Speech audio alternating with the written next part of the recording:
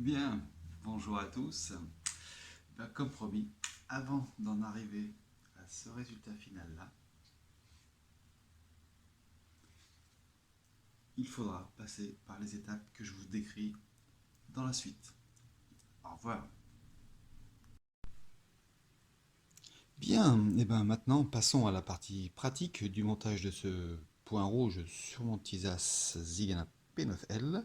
Donc, comme vous avez pu le comprendre, donc, il va s'installer en lieu et place donc, de ma hausse qui se trouve là. Si nous présentons donc déjà la plaque de montage qui va être dans ce sens-là, d'accord. Donc vous voyez que vraiment, il va falloir donc que je démonte cette queue d'aronde. Ici, donc, ce trou correspond à ici, mais sera ni plus ni moins donc qu'un écrou noyé, donc qui viendra juste appuyer, vous voyez, qui viendra appuyer dans le trou, parce que là, il y a une goupille hein, qu'on ne va pas enlever, bien évidemment, mais donc en sortant légèrement à fleur, un peu plus qu'à fleur, cet écrou noyé donc va stabiliser dans le sens horizontal. Donc voilà, donc évidemment j'ai fait l'inventaire et donc le repérage des bonnes vis qui vont bien pour le montage. Vous voyez que la queue d'aronde va remplacer donc celle-ci. D'accord. Donc allons-y, passons au démontage. Donc déjà on va enlever la queue d'aronde sur la culasse. Donc là aussi c'est une sorte d'écrou noyé, on va dire. Donc, vous voyez, elle vient de partir ici, l'écrou noyé. On l'enlève. La queue d'aronde, donc maintenant, s'en va sur le côté. Logiquement, ça y est, donc on peut s'apercevoir que c'est vide. J'ai la queue d'aronde dans la main. Donc maintenant, comme j'avais donc mis la queue d'aronde en place pour le repérage des vis, et ben, on va y enlever.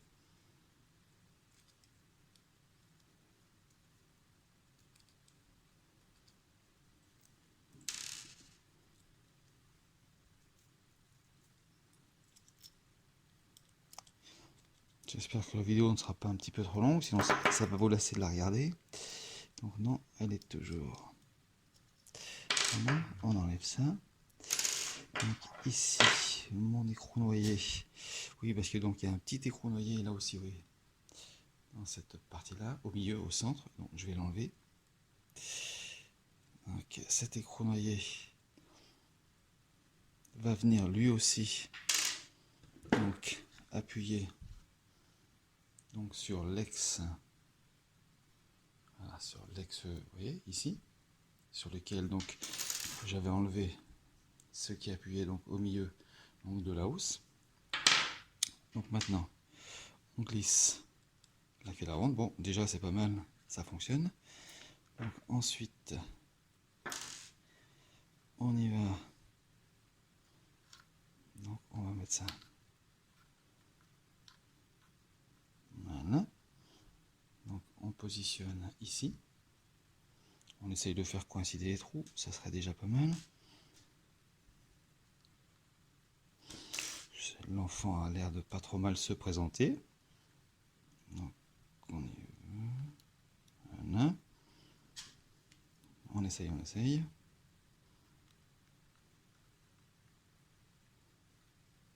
Bon, déjà, ça tombe pile poil en face.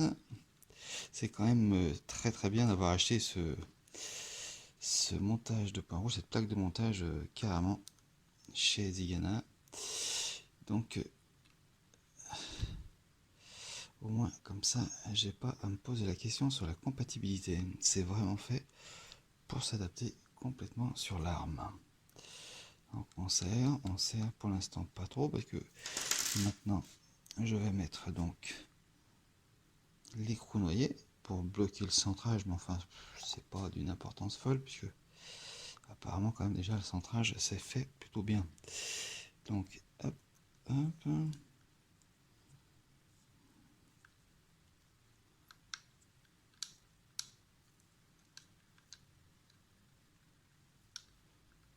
Voilà, donc là je suis en appui, je sens que ça serre, donc en fait cet écrou sert uniquement à venir appuyer légèrement. Donc là maintenant je peux faire un serrage un peu plus définitif. Voilà.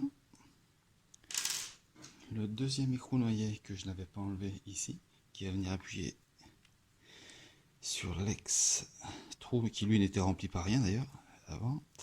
Hop. Ça y est, je sens que ça appuie sur la culasse.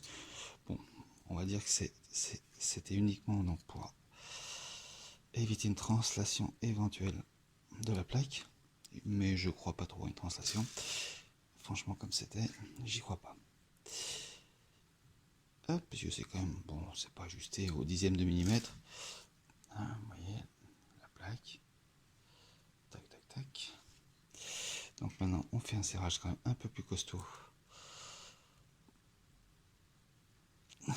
Je viendrai donc après, de toute façon, après ma première séance de tir, j'irai quand même donc démonter ce que je viens de faire pour mettre du frein filet, hein, parce que comme ça, pour éviter que des à-coups soient donnés dans le temps suite à des séances de tir intensives. Je préfère quand même. Hop, donc là, maintenant, je positionne le point rouge définitivement.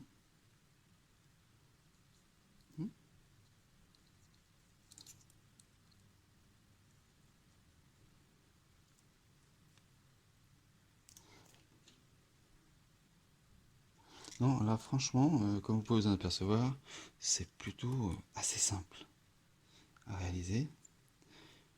Une fois qu'on a fait tout l'inventaire, le repérage des vis et leur bon positionnement sur l'arme, et bien voilà. Donc on va peut-être pas serrer de trop pour pas bouffer les pas de vis. Et voilà le résultat sur l'arme. Franchement, ça a de la gueule. Il n'y a rien à dire.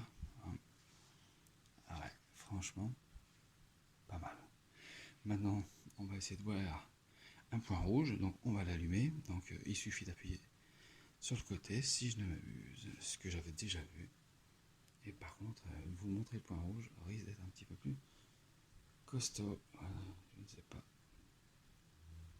Bon, j'essaierai de vous montrer ça plus tard. Je ne connais pas l'angle de vue. En tous les cas, merci d'avoir regardé. Vous voyez comme quoi c'est assez simple. Et franchement, le résultat me plaît plutôt. Voilà, à bientôt.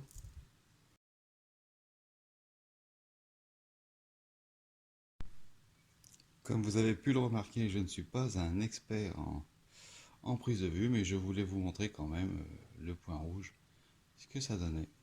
Donc voilà, donc là vous le voyez je pense, hein. Allez, à plus.